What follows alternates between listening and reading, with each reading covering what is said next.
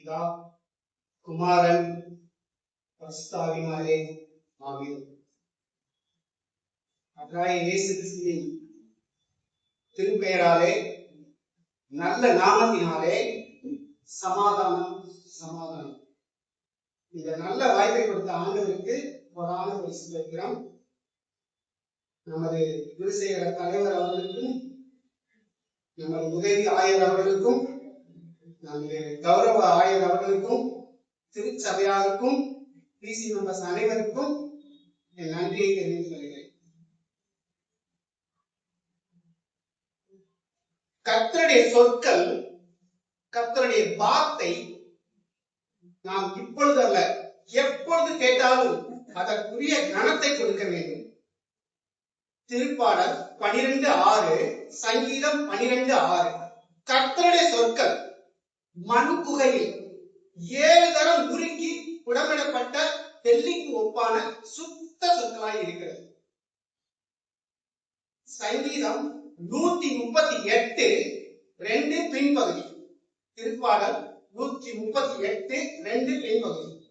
உமது சகல பிரஸ்தாபத்தை பார்க்கிலும் ஒரு வார்த்தையை நீர் மகிமைப்படுத்தி இருக்கிறீர். வேதத்தை வாசிக்கும் பொழுதும், தியானிக்கும் பொழுதும், வேத வார்த்தை குறித்த செய்தியை கேட்கும் பொழுதும், விலையேற பெற்றதை, பரிசுத்தமானதை கேட்கிறோம் என்ற அந்த நல்ல உள்ளுணர்வோடு கேட்க வேண்டும். எனக்கு ரொம்ப பிடிச்ச பகுதி அப்போஸ்தலர் நடவடிக்கைகள்ல 10:44 பின்பகுதியில் வந்து, வசனத்தை கேட்டவர்கள் யாவர் மேலும் பரிசுத்த ஆவியானவர் இறங்கினார். நீங்கள் நானும் கடவுளுடைய வார்த்தையை கேட்கும் பொழுது பரிசுத்த ஆவியானவர் இறங்க வேண்டும். அப்படியாக நம்முடைய கவனம், உடல், ஆவி, பொருள் கடவுளின் வார்த்தையின் பக்கமாக திரும்ப வேண்டும். கடவுளுடைய 2வது வார்த்தைக்கு வந்துவோம். இயேசு கிறிஸ்து சிலுவையில் அறையப்பட்ட பிறகு மரிப்பதற்கு முன்பாக பேசப்பட்ட 2வது வார்த்தை. இயேசு அவனை நோக்கி, இன்றைக்கு நீ என்னுடனே கூட பரதீசில் இருப்பாய் என்று மெய்யாகவே உனக்கு சொல்லுகிறேன் என்றார். இதை நான் புது மொழிபெயர்ப்புல டிரான்ஸ்லேட் பண்ண, அந்த பொது மொழிபெயர்ப்பை பயன்படுத்தி சொல்றேன். அதற்கு இயேசு அவனிடம், நீர் இன்று என்னோடு பேரின்ப வீட்டில் இருப்பீர் என உறுதியாக உமக்கு சொல்லுகிறேன். இதுல இருந்து நான் என்ன தெரிஞ்சுட்டேன்னா, ரொம்ப எளிமை. கடவுளோடு, கடவுள் வீட்டில் இருக்கும் உறுதியை, நிச்சயத்தை பெற்றுக்கொள்வதுதான் ரட்சிப்பு. சரி, இந்த வசனத்துல இந்த நிகழ்ச்சி நீங்க எல்லாருக்கும் தெரியும், அதனால நான் அதுக்குள்ள போக விரும்பல. இதுல 4 விஷயத்தை மட்டும் நான் உங்களுக்கு தொட்டு காமிச்சிட்டு நான் நிறைய செய்ய ஆசைப்படுறேன். முதலாவது, நம் மீட்பர் ரட்சகர் இயேசு கிறிஸ்து. 2வது, நம் மீட்பர் ரட்சகர் தருகிற ரட்சிப்பு மீட்பு. 3வது, ஒரு குற்றவாளியிலிருந்து ஒன்றை கற்றுக்கொள்ள போகிறோம். 4வது, இன்னொரு குற்றவாளியிலிருந்து இன்னொன்று கற்றுக்கொள்ள போகிறோம். சரியா? நான் மறுபடியும் உங்களுக்கு சொல்லிடுறேன், பதிய அப்படின்னு ஆசைப்படுறேன். ரட்சகர், ரட்சகர் தருகிற ரட்சிப்பு, ஒரு குற்றவாளி, இன்னொரு குற்றவாளி. நாம் மீட்பர் ரட்சகரை இயேசு கிறிஸ்துவை பற்றி அறிந்திருக்க வேண்டிய, அதுதான் முதல் படி. அவன் நிதானிச்சுட்டான், ஒரு குற்றவாளி வந்து நிதானிச்சுட்டான், இவர் தான் என் ரட்சகர், இவர் தான் என் மீட்பர், இவர் தான் என் இயேசு கிறிஸ்து, அடையாளம் எடுத்தான், நிதானிச்சுட்டான். நம்ம எல்லாருக்கும் தெரியும், பேதுருவை பத்தி தெரியும். பேதுருவை பத்தி என்ன தெரியும் நமக்கு? மறுதளித்தாரு, மனம் கசந்தாரு, மனம் திரும்பினார்தான் தெரியும். அதை விட பெருசு, இயேசு கிறிஸ்துவின் பிரதான சீடன், இயேசு கிறிஸ்துவின் ஊழியக்காரன், சர்வன்ட், அடிமை, அப்போஸ்தலன், அனுப்பப்பட்டவன் சீமோன் பேதுரு. இவரு நடந்து போறப்ப வியாதியஸ்தர்களையும் பிணியாளிகளையும் படுக்க வச்சு, ஐயா உங்க நிலம் பறக்குங்க, குணமாகும் அப்படின்னு சொல்ற அளவுக்கு கடவுளின் ஊழியத்தை நிறைவேற்றுவார். இவர் தன்னுடைய வயதான காலத்துல, நிறைவின் காலத்துல இரண்டாவது பேதுரு நிருபம் எழுதுறாரு, 2 பேர் எழுதுறாரு. என்ன சொல்றாரு தெரியுமா? 2 பேரு 3:18 முன்பகுதி நான் படிக்கிறேன். 2 பேரு 3:18 நம்முடைய கர்த்தரும் இரட்சகருமாகிய இயேசு கிறிஸ்துவின் கிருபை அவரை அறிகிற அறிவிலும் வளருங்கள். ஒவ்வொரு நாளும் இயேசு கிறிஸ்துவை குறித்து நான் அறிந்து கொள்ள வேண்டும். அந்த வாஞ்சை, அந்த விருப்பம் நமக்கு இருக்கிறது. கிறிஸ்தவ கீர்த்தனைகள், பாமாலைகள், புத்தரிசு பாடல்கள் சும்மா நேரம் கிடைக்கிறப்ப சும்மா எடுத்து படிச்சுப்பார். ரட்சகரை குறித்து, மீட்பரை குறித்து, நம் நேசரை குறித்து பக்திவான்கள், அந்த விசுவாசிகள் எவ்வளவு அருமையாக நமக்கு அவரை படம் பிடித்து காட்டியிருப்பார்கள். இதே பேதுரு வயசு காலத்துல பேசுறாரு, சொல்றாரு. அது எப்படி தெரியுமா? ஜெயில போட்டு அடுத்த நாள் வந்து பேசுறாங்க. ஜெயில போட்டாங்க, சரியா போட்டுட்டு அடுத்த நாள் வந்து பேசுறாரு. குறிப்பு சொல்லுது, அவர் பரிசுத்த ஆவியினால் நிறைந்து பேசினார். என்ன பேசுறார்? அப்போஸ்தலர் நடவடிக்கைகள் 4ஆம் அதிகாரம் 12ஆம் வசனம். யாராவது படிங்க. அப்போஸ்தலர் 4:12. அவராகிய அன்றி வேறொருவராலும் ரட்சிப்பு இல்லை. நாம் ரட்சிக்கப்படும்படிக்கு வானத்தின் கீழெங்கும் மனுஷர்களுக்குள்ளே அவருடைய நாமமே அல்லாமல் வேறொரு நாமம் கட்டளையிடப்படவும் இல்லை என்றார். என்ன ஒரு அறைகூவல் பாருங்களேன், என்ன ஒரு சுகத்தல்ல, எவ்வளவு ஒரு தைரியம், என்ன ஒரு கனவட்டு. அவரால் அன்றி வேறு ஒருவராலும் ரட்சிப்பு இல்லை. மனசு நல்லா படிச்சுக்கணும். நாம் ரட்சிக்கப்படும்படிக்கு வானத்தின் கீழ் எங்கும் மனுஷர்களுக்குள்ளே அவருடைய நாமமே அல்லாமல் வேறொரு நாமம் கட்டளையிடப்படவும் இல்லை. எபிரேய ஆக்கியோர் என்ன சொல்றாங்க? இயேசு குறித்து, ரட்சகரை குறித்து என்ன சொல்றாங்க? எபிரேயர் 7:26 எடுத்து படிங்க. குற்றமற்றவரும் மாசில்லாதவரும் பாவிகளுக்கு விலகினவரும் வானங்களிலும் உயர்ந்தவருமாய் இருக்கிற இவ்விதமான பிரதான ஆசாரியரே நமக்கு ஏற்றவராய் இருக்கிறார். அவர் யாரு? பரிசுத்தர், குற்றமற்றவர், மாசில்லாதவர், பாவிகளுக்கு விலகினவர், வானங்களிலும் உயர்ந்தவர். இவ்விதமான பிரதான ஆசாரியரே நமக்கு ஏற்றவராய் இருக்கிறார். முடிச்சிடுறேன். ரட்சகரை இயேசு கிறிஸ்துவை அறிந்து கொள்ள வேண்டும் ஒவ்வொரு நாளும். இரண்டாவது, நம் நேசர் தருகிற ரட்சிப்பை, மீட்பை பெற்றுக்கொள்ள வாஞ்சையா அக்கறையா இருக்க வேண்டும். அந்த வாஞ்சை, அக்கறை கடவுளின் வார்த்தை சொல்லுது. எபிரேயர் 2:4 பின்பகுதி, தேவன் தாமே சாட்சி கொடுத்ததுமாய் இருக்கிறார். யாருக்கு இருக்கான சாட்சி? தேவன் தாமே சாட்சி கொடுத்ததுமாய் இருக்கிற இவ்வளவு பெரிதான ரட்சிப்பை குறித்து நாம் கவலையற்று இருப்போமானால் தண்டனைக்கு எப்படி தப்பித்துக் கொள்வோம்? இத ஒரு எச்சரிக்கை வசனமா, ஒரு வார்னிங் வாசா எடுத்துட்டு நம்ம இந்த ரட்சிப்பின் மேல வாஞ்சையா இருக்கணும். நாம் ரட்சிக்கப்படுவது தகுதியினால் அல்ல. வசனம் சொல்லுங்க, கிருபையினாலே விசுவாசத்தை கொண்டு ரட்சிக்கப்பட்டீர்கள், இது உங்களால் உண்டானது அல்ல, தேவனுடைய ஈவு கிஃப்ட். தகுதியினால் அல்ல. ஒரே தகுதி, சாமி எனக்கு எந்த தகுதியுமே இல்லை, சம்பாதிக்க முடியாது. யாக்கோபு சம்பாதிச்சாரு, ராஜால சம்பாதிச்சாரு, லேயால சம்பாதிச்சாரு, ஆடுகளை சம்பாதிச்சாரு. சம்பாதிக்க முடியாது இந்த ரட்சிப்பு. தனிப்பட்டது, பர்சனலைஸ்டு. கூட்டத்தோட கூட்டமா அலேலியா, தனிப்பட்டது, பர்சனலைஸ்டு. பாதுகாப்பானது. உங்க ரட்சிப்பை யாரும் டேமேஜ் பண்ண முடியாது. பண்ணா கடவுள் வயலுக்கு எடுத்துப்பார். அது விலையேறப்பட்டது, பிரீசியஸ்.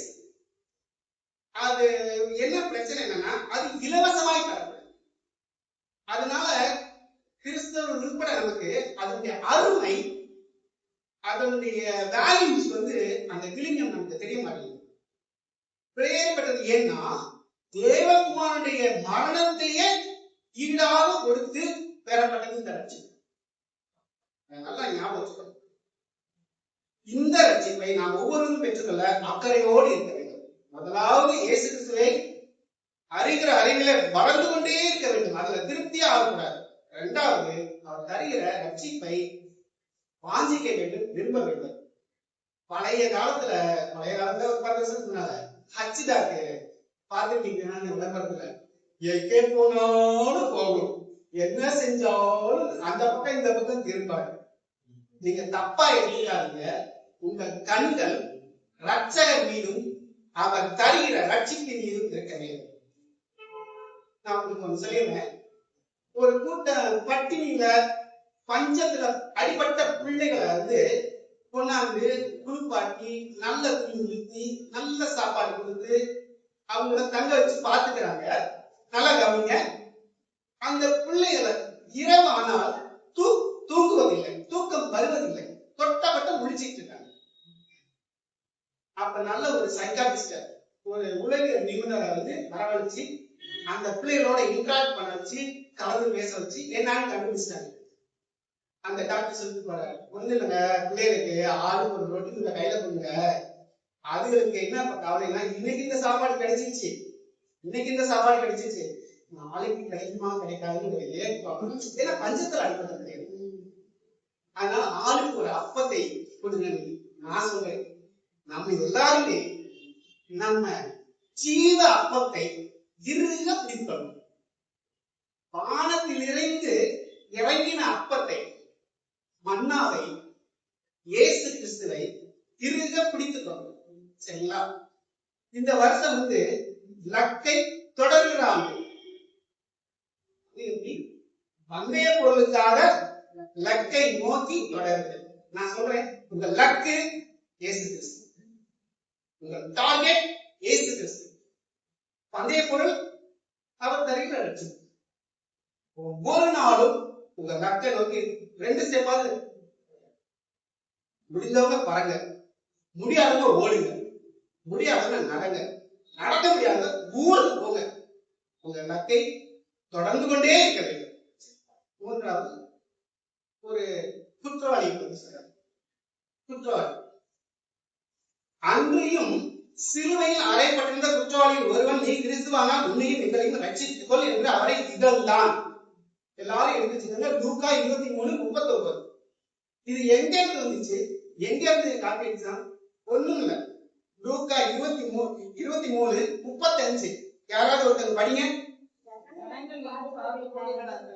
அவருடனே கூட அதிகாரிகளும் அவரை இகழ்ந்து, இவன் மற்றவர்களை ரட்சித்தான், இவன் தேவனால் தெரிந்து கொள்ளப்பட்ட கிறிஸ்துவானால் தன்னைத்தானே ரட்சித்துக் கொள்ளட்டும் என்றார்கள். ரொம்ப சிம்பிள். இந்த ஜனங்களும் இவர்களை என்ன சொன்னாங்களோ அதேதான் இவன் சொல்றான். நாம் எதை கவனிக்கிறோம் அதுதான் நம் இருதயத்தை நிரப்பும். இவன் பொதுமக்களை, அதிகாரிகளை, ஆட்சியாளர்களை, பிரதான ஆசிரியர்களை, தலைமை குருக்களை, வேதபாரகரை, மறைநூல் அறிஞர்களை, மூப்பரை, சமயத்தை சார்ந்தவர்களை கவனித்தான். அது அவன் இருதயத்தை நிரப்பிற்று. இப்பொழுது அவன் இருதயத்தின் நிறைவிலிருந்து தன் நிலையை மறந்து பேசுகிறான், இகழ்கிறான். எனவே நாம் யாரை எதை கவனிக்கிறோம் என்பதில் கவனமாக இருக்க வேண்டும். உலகத்தை, உலகத்தாரை பார்க்க போகிறோமா, அல்லது நம்மையும் உலகத்தையும் படைத்து நம்மை உண்மையாய் நேசிக்கிற நம் நேசரை பார்க்க போகிறோமா? இன்றே சரியாக தீர்மானம் எடுப்போம். யாரை பார்த்தால் நாம் எழ முடியாதபடி விழுந்து போவோம் என்பதை சொல்லும் எடுத்துக்காட்டாக இந்த குற்றவாளி காணப்படுகிறார். நாமும் கவனிப்பதை எச்சரிக்கையாக இருக்க உறுதியேற்போம். 4வது, இயேசுவை நோக்கி, ஆண்டவரே, நீ உங்களுடைய ராஜ்யத்தில் வரும்போது அடியனை நினைத்தருளும் என்றார். ஒரு குற்றவாளி. இன்னொரு குற்றவாளி. இந்த குற்றவாளி சாதாரணமானவன் அல்ல. மத்திய 27:44 குறிப்பு சொல்லும், அவரோடு கூட சிலுவையில் அறையப்பட்ட கல்லரும் அந்தபடியே அவரை நிந்தித்தார்கள். சரி, ஏன் இந்த மாற்றம்? ஏன் இந்த மனமாற்றம்? இயேசு கிறிஸ்துவின் வார்த்தைகள், வேர்ட் ஆஃப் காட். அப்பொழுது இயேசு, இதாவே இவர்களுக்கு மன்னியும், தான் செய்கிறது இன்னது என்று அறியாது இருக்கிறார்களே என்றார். வேர்ட் ஆஃப் காட், இயேசு கிறிஸ்துவின் வார்த்தைகள். இயேசு கிறிஸ்துவை குறித்த வார்த்தைகள், வேர்ட் அபௌட் காட். இயேசு கிறிஸ்துவை குறித்த வார்த்தைகள், வேர்ட் அபௌட் காட். இவன் யூதருடைய ராஜா என்று கிரேக்கு, லத்தீன், எபிரேய எழுத்துக்களில் எழுதி அவருக்கு மேலாக வைக்கப்பட்டது. இயேசு சிலுவையில் அறையப்பட்ட இடம் நகரத்துக்கு சமீபமாய் இருந்தபடினால் யூதரில் அநேகர் அந்த மேல் விலாசத்தை வாசித்தார்கள். இவனுக்கு கிடைச்சிச்சு, கடவுளுடைய வார்த்தை கிடைச்சிச்சு, கடவுளை பற்றிய வார்த்தை கிடைச்சிச்சு. நமக்கு கடவுளுடைய வேறாக உள்ளது. கடவுளின் வார்த்தை, கடவுளை பற்றிய வார்த்தை நமக்கு நிறைய வழிகளில் கிடைக்கும். அதில் மிகவும் முக்கியமானது கர்த்தர் நமக்கு கொடுத்த வேதம். கடவுள் கொடுத்த வேதத்தை இனந்தோறும் கிரமமாகவும் தொடர்ச்சியாகவும் வாசிக்கவும் தியானிக்கவும் வேண்டும். வேதத்தை கருத்தாய் படிப்பதால் நமது ரட்சகரை பற்றி தெரிந்து கொள்ள முடியும். வேத வாசிப்பு, வேத தியானிப்பு மட்டுமே நாம் வேதத்தை தருகிற மீட்புக்கு நேராக வருகிறது. வேதத்தை கடவுள் தன் பிள்ளையாக பார்க்கிறார். நமக்கு எல்லாம் தெரிந்தவர் சொன்னா ஓசியா 4:6, நீ உன் தேவனுடைய வேதத்தை மறந்தாய், ஆக நானும் உன் பிள்ளைகளை மறந்து கொண்டேன். அவரு வேதத்தை என் பிள்ளைன்னு சொல்றாரு. அதனால நான் நிறைவாக சொல்றேன், திருமறையை எப்படி கையாளணும், அப்படி கையாண்டா என்ன கிடைக்கும்ன்றத இயேசுவை நாம் எங்கே காணலாம் என்ற திருப்பாடல்ல வரும். இயேசுவை நாம் எங்கே காணலாம் நிறைவாக சொல்வார்.